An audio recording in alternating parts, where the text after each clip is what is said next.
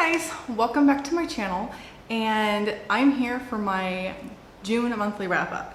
It is the 9th, so I'm about a week late in filming this, but to be fair, I did nothing last week except for read a lot. 5 books in 1 week. So I'm doing this now for you to have it this week because yes. Anyways, I have my list because not all my books are sitting next to me in person. Some of them are on my Kindle. And so I figured I would just go ahead and start with Smut-a-thon. I love romance novels, and I decided to go ahead and do Smut-a-thon. I was going to do Romance-a-thon too, but I got sidetracked and didn't get to that. But I did do Smut-a-thon. I don't remember all the challenges, the little bingo board. I didn't really pay attention to it. I was just reading smutty books for a week and not feeling guilty about it, because sometimes I feel guilty about reading smutty books, which makes absolutely no sense because reading is reading, and if I want to read smut, then I should be allowed to read smut. I don't know why that bothers me at all, but anyways. So I read 4 books for the week of Smut-a-thon. The first one I read was Dirty Sexy Saint, and I don't totally remember what this book was about. I remember the guy's name was Saint because he was like, he likes to take in people. So if someone's like down on their luck, he'll get them a job, or if they're hungry, he'll feed them, that type of thing. And I want to say it was about this woman who was like this rich, prissy chick, and her father was trying to marry her off for like business reasons, not for love reasons. And so she threatened to leave, and he said, fine, if you do, then you'll get cut off. And so she says, fine, I'll get cut off. And then, not thinking that he really meant it, she like takes off. She leaves her car and her cell phone in an undisclosed place, like at a gas station or something. She ends up at this bar, and she ends up at Saint's bar. And Saint watches her get completely hammered, and then tries talking to her about collecting the bill and her going home, and she breaks down and starts crying, and he, being the guy he is, takes her in knowing nothing about her except for that she's well dressed. And it was really cute. One of my book groups was like, oh, this is totally smutty, and it's really not. There's a little bit of smut in it, but it's not bad at all. It would be what I would consider a romance, not smut, even though the name says Dirty Sexy Saint. The next 3 books I read are all in a trilogy. They are called Gas or Ass, Turn and Burn, and Pedal to the Metal. These are smutty books. These are some dirty, raunchy books, and they're about, I know it was doing the forbidden romance was one of the things, and that's what kind of what this is. So you have this girl who works constantly, tries her best at school, but she doesn't ever seem to be clicking with the people at school, and her mom is always like bed hopping. And so her mom comes home from work and she needs the car, and she's panicking because she's not home in time, and she shows up with a husband. Doesn't tell her daughter she's getting married, it just surprises her with it, and her husband brings his 2 sons and a bunch of moving stuff, saying, guess what, we're moving out, we're moving into this new area. The forbidden romance part is that she hooks up with the brothers. So it's like a brother-sister thing going, but they're actually step-siblings, and they just met, and they're in their late teens or late 20s. So it's kind of forbidden, kind of not. It's also a lot of group sex and a lot of different sexual positions. At one point in time, there is like a 5-way going on, and there's blood-related siblings in the group, so they had to like intersperse them so the blood-related siblings weren't together, but it was funny. So there's a couple of things in here that the first book really annoyed me about. One is that it was very, very domineering, and if you do not like dominant stuff, you're gonna hate the first book. The only reason I even made it to the second book was because I was curious by how it ended. But there's a lot of dominant stuff. There's a lot of mistreating of her, telling her what to do, being very, very domineering, that's what I can think of to say. And there's also some stuff in there that was really unrealistic. So the girl has never driven a stick shift in her life, and they teach her how to drive a stick shift in a Hellcat. I've only sat in a Hellcat because those things are so expensive and they are gorgeously beautiful. I would never teach someone to drive a stick shift in one. I barely taught my son how to drive a stick shift in my Jetta because I didn't want him to ruin it. And then they take her out to go drag racing, and her very first time out, on the same day that she learns to drive a stick shift, they have her driving a 69 Shelby. Again, not gonna happen. Totally unrealistic. So the first book was total garbage. It was one of the worst books that I read, and it was just bad. So the second book was immensely better. She started standing up for herself. She started fixing the problems, the things that really pissed me off in the first book. And then the third book I loved. It was a little bit too long, and it was like, I gave the first one 2 stars. I gave the second one 3 stars, but I was really thinking about giving it 4 stars. And I gave the third one 4 stars. I was thinking about giving it 5 stars. I would have given it 5 stars had it been a little bit shorter. It was just too long at the end of the day. So I ended up giving it, them 2, 3, and 4. But I did enjoy them much more as they progressed.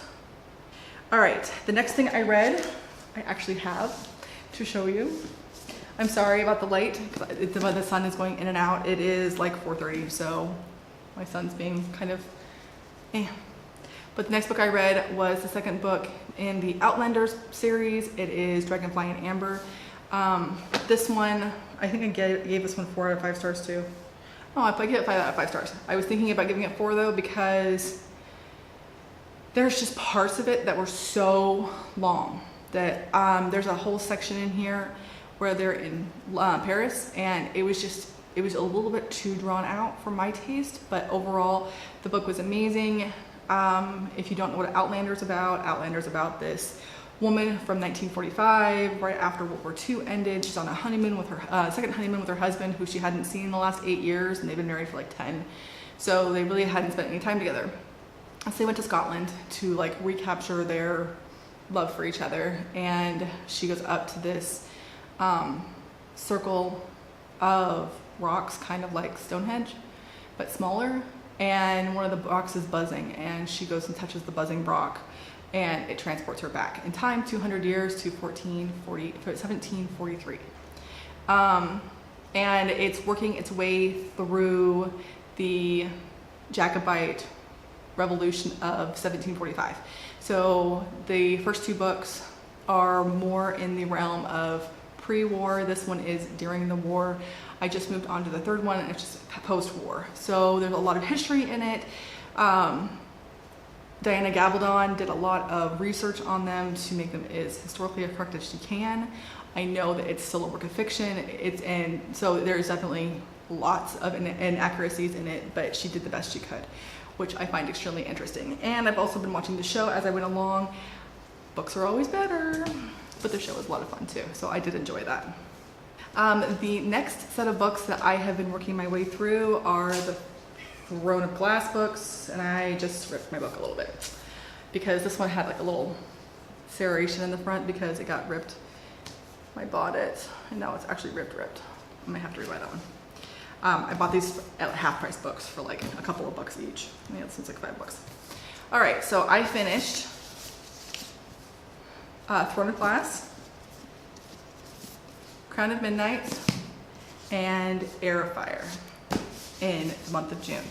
I decided to switch from Harry Potter to these ones because my husband's gone, and now that he's gone on deployment, I get to listen to this book series that he hasn't finished yet. He is on Queen of Shadows right now, and I just finished Queen of Shadows. So I didn't want to spoil him for the series, so I'm listening to these while he is gone away at sea. So, move on. Do I need to tell you what Throne of Glass is about? Because I feel like I shouldn't have to say what Throne of Glass is about. It's a book about an assassin. If I say much more than that, it'll give things away. All right, the next book I read was The Cursed Sea. This is the second book in the Glass Spare duology. I couldn't remember hardly any of The Glass Bear, but my friend Chris read The Glass Bear before she started this one and gave me the Cliff Notes version. So I went through and I read this one. She DNF'd it. I did not. I finished it, but I barely finished it. I don't know how to describe this book. It was like, The Glass Bear is about this girl named Wilhelmina is her actual name, but her name's Will, and she was born with a curse that she has kind of like the Midas touch, but for gems instead. So instead of turning things to gold, she likes to turn things to gem. And it came out when she was in her mid-teens. I want to say she was like 16, and she likes to run errands for her family. So she's the spare. She's the fourth child in a royal family, so she's the fourth spare. That's why they call it the Glass Bear, because she turns everything to gems or glass. But her older brother, who's the third in the group, is an alchemist and always sends her to town to buy goods because she doesn't look like any of the other kids. Nobody knows what the daughter looks like, and so she's really safe with being able to sneak around and not knowing who she is. So she's trying to make a deal with one of the men in town to get something that her brother needs, and he like threatens her life. And because he threatens her life, she freaks out, and when she freaks out, her powers surface and she turns him into gem and kills him. Within the first couple chapters of the book, she ends up accidentally killing another person, and this person is part of her family. And because she accidentally kills this person, her dad sends her away and tells her never to come back, banishes her. So the first book is about her trying to figure out what the curse is, her leaving the island, and all this tons and tons of stuff happen. There's not a really good way to synopsis the first book. And the second book picks up exactly where the first book leaves off, and it tries to go in too many different directions. So you are reading it and you're slogging through it because it's really, really slow, and they're kind of doing a little bit here and a little bit there, and none of it seems to really line up correctly, and you're thinking, okay, at the end it'll all come together. It doesn't really. It's like she's trying to write 4 different books all in the same book, and then is super, super slow through most of it, and the very end of it, it's just gone in 20 pages. And I was really let down by this, and Chris was very glad that I was reading it so I could just tell her how it ended instead of actually having to make her read it by herself. So there's that. The next book I read was Everything Everything by Nicole GU. I was mildly spoiled for this book, but the spoiler that I was given really intrigued me. That's why I picked it up. Everything Everything is about a girl who basically lives in a bubble. Her house is basically bubbled off. It's got a special windows that don't open, don't let anything through. There's a partition that you have to go through before you can enter as you enter the house. Before you can go from the front door to the main part of the house, you have to go through this air block to be disinfected. She's allergic to everything. And then there's a boy next door that moves in, and she is completely enamored with him, and they start communicating by writing each other messages on windows, and then it escalates to like an online chat thing. And so there's definitely some chat stuff in here and some pictures, but she's tired of living in this bubble and she wants to get out of it. And so even though she knows that it could kill her, she lies to the boy, tells her that she has a special medication that will keep her alive while they leave, and convinces him to take her to Hawaii. It's a very layered book. It's very interesting, and the my only spoiler I got was from Gabby Reads, and it wasn't a bad one. I mean, it was the reason I picked it up and I was watching for it the entire time, but it definitely didn't happen the way I expected it to, and the spoiler was a little off. But I'm not going to tell you what that is. If you want to know, then just message me separately and I will tell you, but I'm not going to say anything because I don't want to ruin the book for anybody else. Now we are back to the Kindle books that I had. So the next 2 books I read were very, very smutty books. The first one's called Too Hot, and it's about this girl who is like 20 years old, and she's living on her own. She is basically a hacker, but people pay her to hack into their systems so that they can make them better. Her cousin, who is one of her best friends, they grew up together. They have spent every minute they have basically together. She just finished design school, and so she's designing her cousin's apartment.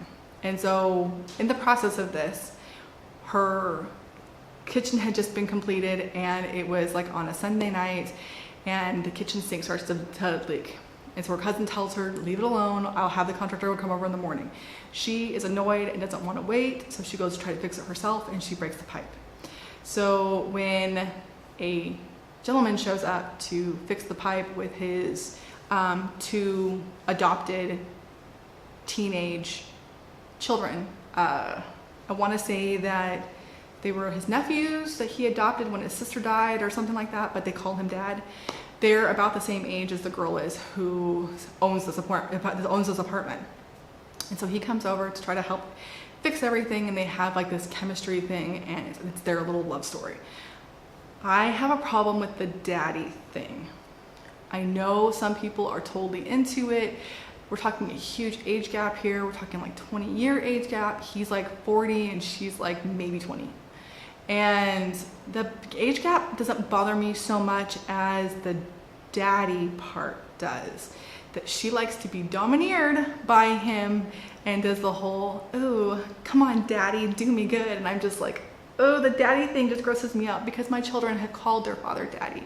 I can't do it. But besides that, it was a humorous book and it was fast to read. So I just finished it. And then there was a second one, and I was oddly curious. And so the second one is about the main male lead. I think his name was like Butch or something. I can't remember, but it was one of those, almost positive like Butch or something like that. His teenage sons are identical twins, and they've done everything together their entire lives, and they have decided that they are going to marry the same woman. And they picked out the cousin from the first book, and it's their little threesome story thing. Oddly enough, that one was really, really cute. Like, gonna give me a toothache tooth. Yeah, cute. It's gonna give me a toothache cute. And the last book that I read was the first book in the Sookie Stackhouse series called Dead Until Dark.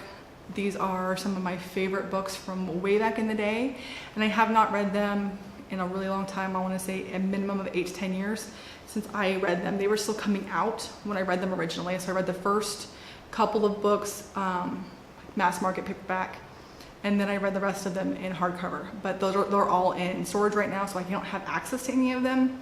And me and Chris were talking about it, and we're reading the Outlander books together, and we're talking about rereading Sookie books together.